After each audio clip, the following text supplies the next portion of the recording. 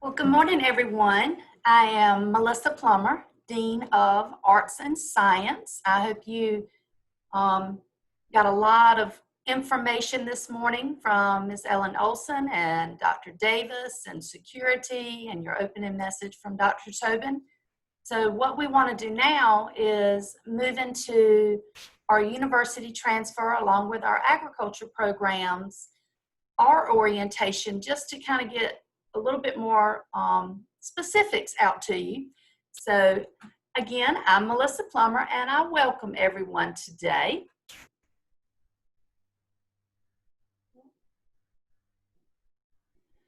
All right. I want everyone to realize that due to the pandemic, the college is still beginning classes next Monday, August 17th. But until September 21st, we are going to be offering those classes through online. All right, so we'll have an online format. So please make sure you're logging into your classes through D2L. That's our learning management system. You've heard a lot about that this morning. So you will be working with your instructors online for the first month that we begin classes. That's for everyone's safety and making sure that we have all everything in place, for you to come back onto campus. All right, now if you do have a lab course, which I don't know if many of you do, but Bio 101 or Chemistry 110, they are courses that do include lab sessions, but our Bio 101 and Chem 110, those are online courses, specifically online courses, and so the labs will be given through a virtual format, and that you will set up through your course in D2L. All right, so you won't be coming onto campus for that. We do have other students that may be taking a course that includes a lab, like maybe Bio 117, 118, Bio 210 and 211, some other areas on campus that may offer lab sections. The labs for those courses, students will be coming onto campus beginning next week for that. But I just want to make sure that you understand that in the Bio 101, Chemistry 110, those labs will be online. So if you have any questions about that, please feel free to contact me. All right, so I just kind of wanted to start out, making sure you do understand what's going to be happening for next week. Okay, so that's when face-to-face class meetings will begin, September 21st. Now, you may have registered for a class section that you'll see a 01H or maybe a 02H, etc. Those classes are hybrid. So those classes will be conducted in the hybrid format where you may come in one day a week and the off day will be online learning activities.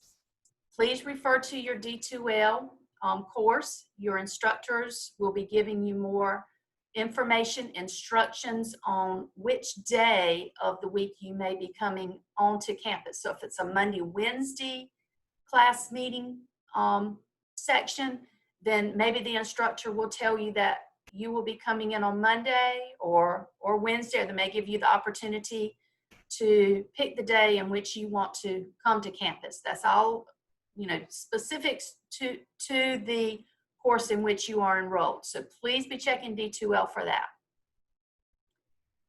All right, so just a little bit of that out of the way. Let's get into why we're here. We are university transfer and also agriculture, but with the university transfer, we have a lot of our arts and science students, right? Associate's degrees are conferred here. So this is a transfer degree. It's a 2-year program, and it works to fulfill your requirements that lead you into a Bachelor of Arts or Bachelor of Science. That's an additional 2 years beyond the associate's degree. So you're working on your first courses here that will then transfer on to that institution, of choice, your 4-year institution. I want to make sure that you understand, in order to be able to transfer for your courses, like your maths and your Englishes or psychologies, biologies, I want to make sure that you understand you have to earn a C in a course in order for it to transfer. So Clemson University, South Carolina State, USC, Coastal Carolina, they will not accept credit that you did not earn a C in. So please make sure that you're studying and you're turning in your assignments because you want to do well. I want you to even do better than a C, right? But that's what you must earn in order for it to transfer. You must earn or accumulate 30 hours to be considered a transfer student. So if you want to transfer to any of those aforementioned four-year institutions, for them to consider you a transfer student, you need to be transferring in 30 hours of transferable credit. Now, you may have taken Math 101 or Math 102 here. Well, that's not transferable credit. You have to get to Math 110 for it to be considered transferable. So, wanted to point that out. So those hours wouldn't count, even though you did receive credit here. It has to be at that college level. All right, so if you do have less than 30 hours and you say, well, I'm ready to go ahead and transfer, some institutions will require your high school transcripts and maybe your SAT, ACT test scores. Now, some institutions may be waiving the SAT or ACT test scores. During the pandemic, I've heard some institutions may be doing so. But I just want to make sure that you do understand that if you have less than 30 hours, yes, you can still transfer to a four-year institution, but you won't be considered a transfer student, and they will still be wanting to see your credentials from high school. All right, so you got to have 30 hours of transferable credit from OC Tech for them not to want to see your information from high school. Okay. So let's talk a little bit about our understanding of section codes. So you may be wondering about, okay, I want to register for some courses, which I hope everyone has their schedules already put in place. And if you don't, we need to make sure you contact us so we can get that taken care of before classes begin on Monday. So if you see that section 01H, 02H, I kind of referred to that previously. Let me omit some people. You have hybrid courses. Remember, that is partial face-to-face and partial online. So your instructors will tell you a little bit more about that. Maybe you want to take some night courses. So if you see section 90, that's a night course, all right? And if you see section 40, you may see 41, 42, 45. So with your 40s, those are full semester start. And then if you start seeing like a 42, might be a late start, may start mid-September. You may have mini-mesters. 44 might be a first session mini-mester that lasts through mid-October, and then a 45 may be the second mini-mester session. So if you want to learn more about that or don't understand a lot about that, please contact your advisor that will be set up for you, or student services. Say, I don't understand what that section code is meaning. Or just call me, email me. I'll be more than happy to explain it to you. All right, you may see an R behind a section number. That's a redesign course. So that's how we offer a lot of our non-transferable math courses in a math lab design. So we do have a math lab where full of computers where students come in and they do a lot of their coursework with the computer. It's computer-based simulations. So you're doing math all the time. You're not actually in a classroom watching the instructor, write the problems on the board. So you are actively engaged in working in math that whole time. So that's what the R is. It's called redesign. So you would be going into the math lab. So if you were in a developmental 031, 032, maybe into math 101, 102, or 155, that would be in a redesigned format. once you hit Math 110, you'll be back in a face-to-face section, okay? Now, some classes do not take place here on campus. A lot of our early college students, we may have adjunct instructors out in off-site locations, maybe at the high schools. And so maybe you might see, okay, there's openings up in section 50 and 51. Why can't I register for that? That's because it's for those specific off-site locations. So every student is not allowed to register for those. So that's a select group. Tutoring and other help, you heard a lot about that previously in the general orientation. So the Student Success Center with Ellen Olson, please, please take advantage of this. Do not wait to get behind in a course. You need to start from day one. So August 17th, Monday, you begin your courses. Stay on track, look for assignments, you're contacting your instructor. Don't get behind. That's the worst thing you can do.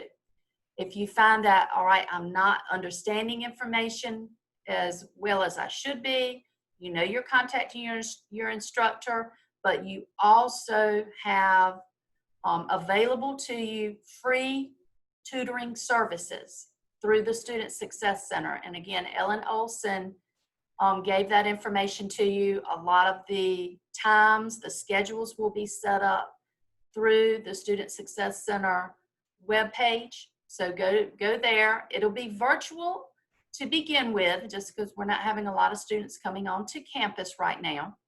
Hopefully all of this is going to change and we're going to start to see the number of infections go down and maybe we can get back to normal. But for right now, virtually, and it's good. The tutors are there. They'll be able to converse with you and get you the help that you need. We also have tutoring that the instructors will set up that hopefully when we get back on campus, the English instructors may set up times in the Student Success Center when students can come in and visit with them. Biology instructors set up times in their labs when they can see their instructors, or see their students. So we want you to make sure that you take advantage of all of the help that we have to offer, okay? All right, advisement. This is very, very important. Hopefully, again, you've got your schedules already set in place, but if you don't, we need to make sure we get that accomplished this week. But you will be assigned an advisor, and when you log into Connect through self-service, it should be able to indicate who your advisor is. Now, at this point, you may not have been assigned a specific advisor as of yet, but as we get into the first weeks of the semester, hopefully we'll have that. And contact your advisor.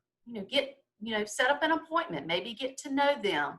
I want you to think of your advisor as not just someone that you're contacting to set up your schedule and help you register for a course.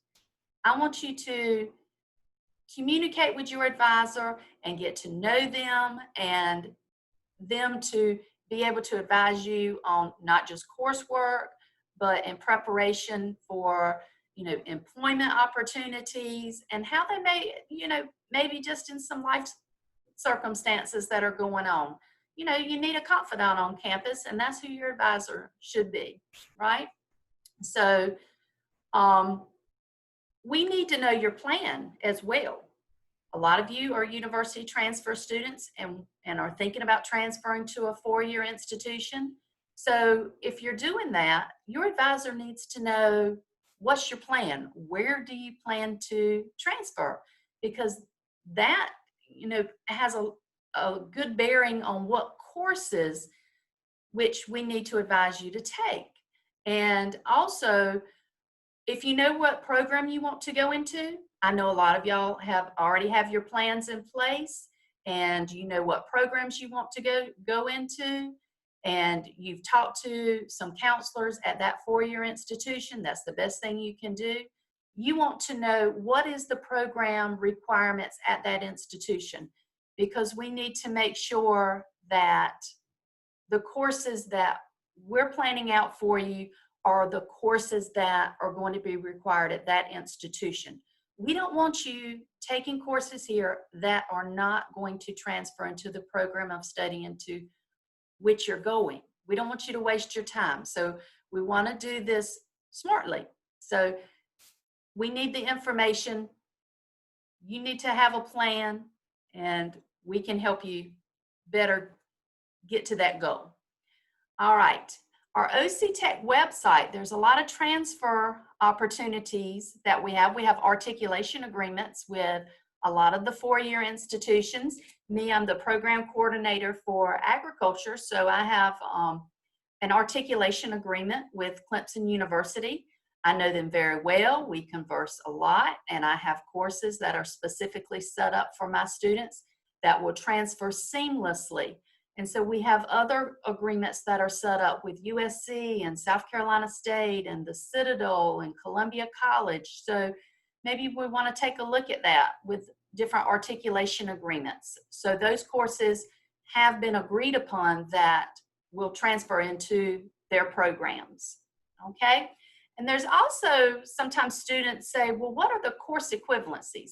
If I take this course at OC Tech, what course does it transfer at that four-year institution? So let's kind of take a look at that.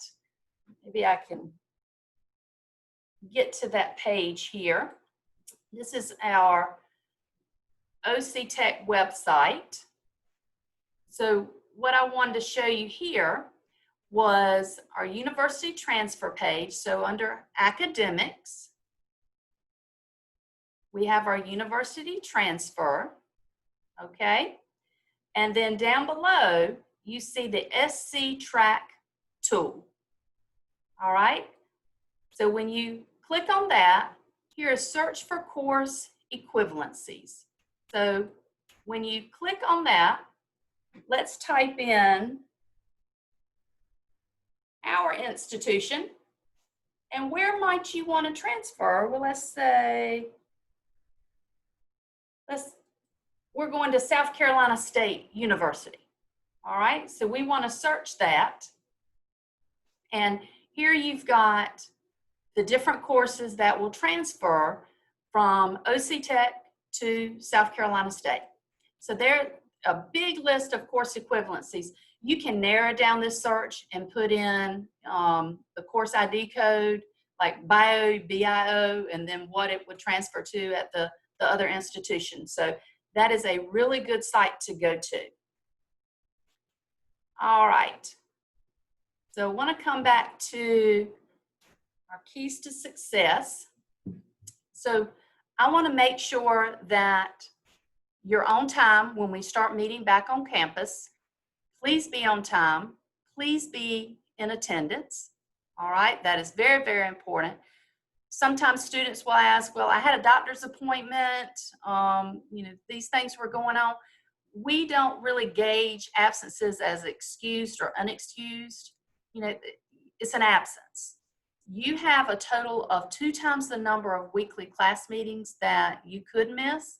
So a lot of, with this hybrid format, you may be able to miss, around 4 maybe classes, even though it was a 2-day a week. That is something you'll have to set up. Your instructor will tell you what they have set up for the number of sessions that you could be absent for. Please don't be absent. Y'all, I went to school, got my undergrad and my bachelor's degree. I only missed 3 classes in a total of 7 years. Some people miss that in 1 week. I did not miss class. And that's why I was pretty successful, because I wanted to hear the information. I wanted to be in class and see that instructor and hear what he or she had to say, because you're not going to get that from a classmate, right? Be in attendance. That is my number 1 key to success, is to be there and be on time. To be early is to be on time. To be on time is to be late, and to be late is to be left out. Remember that. All right. Tardies can also accumulate and be equivalent to an absence. You're tardy to class once the instructor has begun. So if you've got a 9:30 class and the instructor has already started, it's 9:32, well, you're tardy, right? After 10 minutes that a class has been in session, you are considered absent. And if you leave the class before 10 minutes of the ending time, you could also be considered absent by that instructor. So be present, all right? Turning in assignments by their due date is also extremely important. Don't be lackadaisical and say, well, the instructor's going to give me a little bit more time. You know, we do want to offer flexibility, but you also must be accountable. We're trying to train you to go out and be a good employee. And when you are given an assignment by your employer, they have a due date. They have a time that it has to be turned in. They need the information. So when the instructor sets due dates, adhere to those due dates. Get the information in. That's very, very important. Good training for you. All right. And also, Ms. Olson said something about different things that are available in the Student Success Center. Maybe English instructors can review your papers before you turn them in. There's a virtual tutoring platform in D2L, our learning management system. It's called BrainFuse, where you can upload and submit a draft of a paper, and they can give you feedback on that totally free. So please take advantage of that. Don't turn in a paper that you wrote an hour ago. That's not your best work. So make sure you're turning in your best work and have done some drafts and revisions. All right? Okay. We've got some other keys to success. Always conferring with your advisor and student services before dropping or withdrawing from a course. There could be ramifications that could set in. Your dropping of a course may affect you being able to take the subsequent course in a series like Bio 101. You cannot take Bio 102 until you have completed Bio 101 with a C or better. So if you're scheduled to take Bio 102 next spring, please do not drop or withdraw from Bio 101 this fall unless you have, some extenuating circumstances in which you must. So I just want you to realize that that could happen. We don't want you withdrawn from a course and not being able to take the next one in the subsequent semester, okay? And also it may have financial aid implications. If you fall below a certain number of hours, you may lose some of your financial aid. You might have to pay back money. I've seen instances where that takes place. So we do not want that to happen to you. So always check with your advisor and always check with the financial aid and student services what's going to happen if I were to withdraw from this course, okay? All right, we've talked about D2L a lot. Please log into D2L daily. Please check your email daily. Check your Brightspace email. Unless you have that email that you can get it directed to move to a personal email, and that's fine. I have my Brightspace email directed to my faculty octech.edu email. So I receive those emails that students submit through Brightspace D2L. So you can certainly do that. So we want to make sure that you are looking at that email every day, because that's how your instructors are communicating with you, through announcements in D2L and through the email. So that's very, very important, all right? Communicate with your instructors. If something is going on, with this pandemic, you might get sick. A family member might get sick and you need to be caring for them. You're not able to make it onto campus. The assignment that I knew I should have got in, but this is happening and I need just a little bit of extra time. Communicate with your instructors. Again, we want to show you some flexibility and work with you, but it's hard for us to work with you if you're not communicating with us. So if you're not logging in and we don't see that you're doing anything in a course and there's been extended period of time that we haven't heard from you, we may be withdrawing you from the course. We will send you an email to state that you've reached, a certain number of absences that is come up to a point where we're going to need to withdraw you. Well, that's why you need to be checking email so you can, know that information. We're telling you that that's going to happen. But if you're communicating with the instructors, they may be able to work with you. Okay? That's a key to success right there. Communication. Okay, so we've talked a lot. You've heard a lot about this D2L learning management system. I'm hoping that everyone will go on to the college website and go to the D2L page and sign in. But also one other thing that I've seen some students do, and I don't know if everybody does this, but I think this is really good, and I have it. There is an app that you can get through the Google Store or through iPhone, your app store there. It's called Brightspace Pulse. And this is what it looks like. So if you go to your app store, put in the Brightspace Pulse, and this is what it should come up and look like. Install that. And then when you sign in, the courses for which you are registered here at OC Tech will be linked to that. And you can sign in through this app, and on your phone, you can see what's going on in your classes. When your instructor posts an announcement or posts one of your grades, right, you will get a notification up on your phone. Hey, your instructor posted your grade. Here's an announcement. And I've had some students that haven't, and I'll post an announcement and they email me right back or call me or something, say, oh, I saw the announcement, and they're communicating with me that they've seen it. So it's instantaneous. When the instructor puts it up, boom, you get a notification right there on your phone if you download this app. So I really encourage you to do that. That way you can stay more engaged and don't have to get onto the computer all the time to log in to D2L to see what's going on. This is a quick and easy way to do it. So I encourage you to get this app. Okay? All right. So I don't know if we've had any questions. I'm going to check the chat. So I don't see any questions that have come up for us. So if you do come up with any questions a little bit later in the day and need to contact me, please feel free to do so.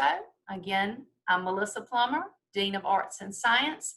There is my email address, my phone number, and I'm located in the A building. So when we all get back on campus, which I hope will be right after September 21st, please come by and come to see me. I would love to get to know you, see your face and put a name with that face. And some of you I've been conversing with, and I would love for you to get to know me, and I'm here to help you.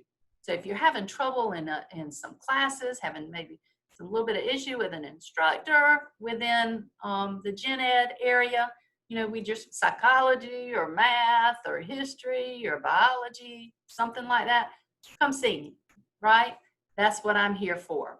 I work with the instructors, but I also work with the students. Let's come together and work things out, okay? So contact me. I'm here for you. And I welcome you to OC Tech, and I do hope you have a great experience. First, it lies on y'all. You gotta be present, do the work. The instructors are gonna be here for you and help you through anything that you need. Okay, I hope y'all have a great day, and I look forward to meeting a lot of you.